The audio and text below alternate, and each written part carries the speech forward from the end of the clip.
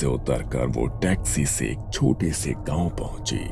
शोड़ारपुर, शाम का धुंधलका और दूर से ढोलक की धीमी आवाज। गांव के स्कूल की टीचर इंद्राणी दी उसे लेने आई। सिंपल टांटा साड़ी, आंखों में थकान पर मुस्कान बहुत सच्ची। आश्चो नायरा, तुम ही हो पॉडकास्ट वाली? हाँ दीदी, डरावनी कहानियां सुनने आई हूँ।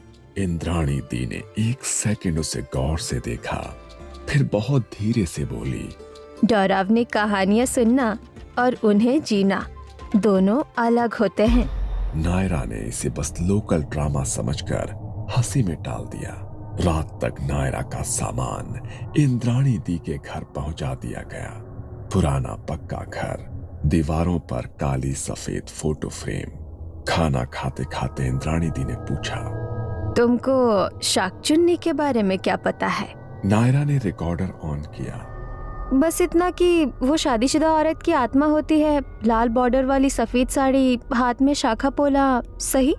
इंद्राणी दी की आंखें एक पल को चमक उठी। शोही पर अधूरा। शाकचुन्नी सिर्फ मरी हुई औरत नहीं, अधूरी शादी की परछाई है, जिसका सुहाग छीन लिया गया हो या जला दिया गया हो। उन्होंने खिड़की के बाहर इशारा किया। वो जो दिख रहा है ना, वो है पोटोला तालाब। कहते हैं वहाँ आज भी रात को लाल बॉर्डर वाली साड़ी पानी पर उतरती है। वो कौन थी? उसका नाम था कल्याणी। कल्याणी बहुत सुंदर थी, बिल्कुल सुहागन की तरह सजी रहती थी। हर सुबह शाखा पोला पहनकर नदी में पानी भरने जाती। गांव के सब लोग कहते, भाग्यवान है, अच्छा घर मिला है। पर उसके घर के भीतर उसका पति चंदन उसे हर रात मारता पीटता था। दहेज, शौक, शराब, सब कुछ मिला के नर्क बना रखा था। एक दिन तीज से एक रात पहले कल्याणी ने चुपचाप खा पी कर व्रत रखा, ये सोचकर शायद मेरे तप से मेरा पति बदल जाए। रात को चंदन फिर नशे में लौटा। उसने चिल्लाकर पूछा, किसके लिए सज धज के घूमती है तू? किससे नजर मिलाती है? लड़ाई बढ़ती गई। वो उसे घसीटता हुआ गांव के पीछे पाटोला तालाब तक ले गया। किसी ने देखा, किसी ने नहीं। बस इतना पता है कि उस रात तालाब के पानी में सिर्फ एक लाल बॉर्डर वाली साड़ी तैरती मिली और चंदन अगले ही दिन शहर भाग गया। 3 दिन तक कोई कल्याणी की लाश नहीं मिली। चौथी रात एक जवान बहू की चीख सुनाई दी। उसने कहा उसे तालाब के किनारे एक औरत दिखी, भीगी लाल बॉर्डर वाली साड़ी, बाल गीले और हाथों में चमकती शाखा पोला। उस दिन से गांव ने उसे नाम दिया, शाकचुन्नी। वो क्या करती है? कहते हैं वो सुहागिन औरतों के शरीर में घुसकर उनकी जिंदगी चुरा लेती है। शंखा पोला पहनाकर उन्हें पानी की तरफ खींचती है ताकि वो खुद उनकी जगह जी सके। लाल बॉर्डर वाली साड़ी, पानी और भूत, परफेक्ट कंटेंट है मेरे शो के लिए। इंद्राणी दी ने पहली बार थोड़ा सख्ती से कहा, सुनो, रात में अकेले उस तालाब के पास मत जाना, खासकर अगर तुम कभी शादीशुदा रही हो। मैं सिंगल हूँ दी, नो वरीज। झूठ बोलते हुए उसकी आंखें एक सेकंड के लिए झपकी थी। उसका दिमाग झटके से उस रजिस्ट्रेशन ऑफिस में चला गया जहां 2 साल पहले उसने और आर्यन ने चुपचाप कोर्ट मैरिज की थी, और फिर 1 साल बाद बिना किसी को बताए तलाक। ना कोई मंगलसूत्र, ना कोई शंखा पोला। उसे लगा शादीशुदा वाली कैटेगरी में तो नहीं ही आती अब मैं।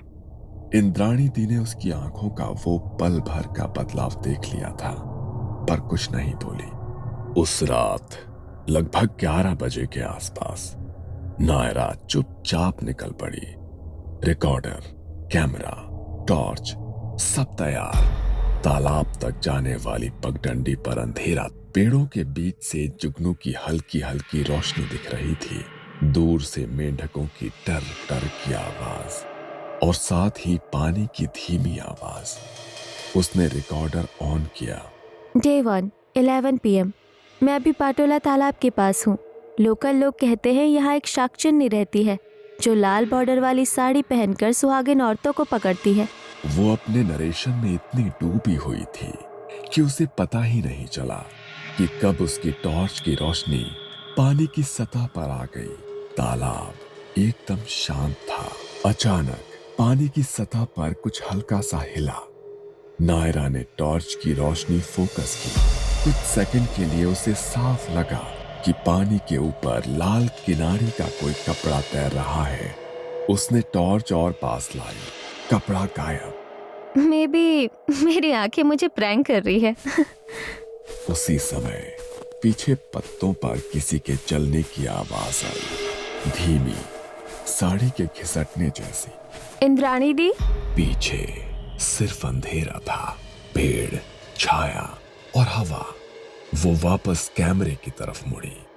लेंस में उसे अपने कंधे के पीछे एक पल के लिए लंबे गीले बालों का धुंधला सा प्रतिबिंब दिखा। वो झटका खाकर पलटी। फिर वही कुछ नहीं। उसकी दिल की धड़कन तेज होने लगी। इनफ फुटेज फॉर टुनाइट, उसने खुद से कहा और जल्दी जल्दी लौट आई। कमरे में लौटकर उसने बैग खोला, एसडी कार्ड निकालने के लिए। जैसे ही उसने फ्रंट पॉकेट की चैन खोली, सफेद टाइल पर दो चीजें लुढ़क कर रुकी। एक सफेद शंखा और एक लाल पोला। शंखा पोला की चूड़ियां। वो कुछ सेकंड घूरती रही। ये मेरे बैग में कैसे आए? उसने उन्हें हाथ में उठाया। चूड़ियां हल्की सी ठंडी थी, जैसे अभी अभी पानी से निकाली गई हो। उसी समय दरवाजे पर दस्तक हुई। इंद्राणी दी ने अंदर झांक कर देखा और तुरंत उसकी हथेलियों पर नजर गई। उनका चेहरा एकदम सफेद पड़ गया। ये तुम्हें कहाँ से मिले? मैंने तालाब से लौटकर अभी बैग खोला, खुद ही थे पॉकेट में। आपके हैं क्या?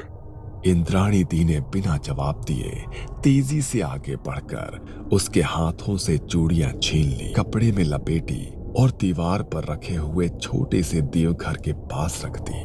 तुमने कहा था तुम सिंगल हो। मैं थी शादीशुदा, अब नहीं हूँ, पर ये सब इरेलेवेंट है ना? इंद्राणी दी की आंखों में अजीब सा गुस्सा और डर मिला हुआ था।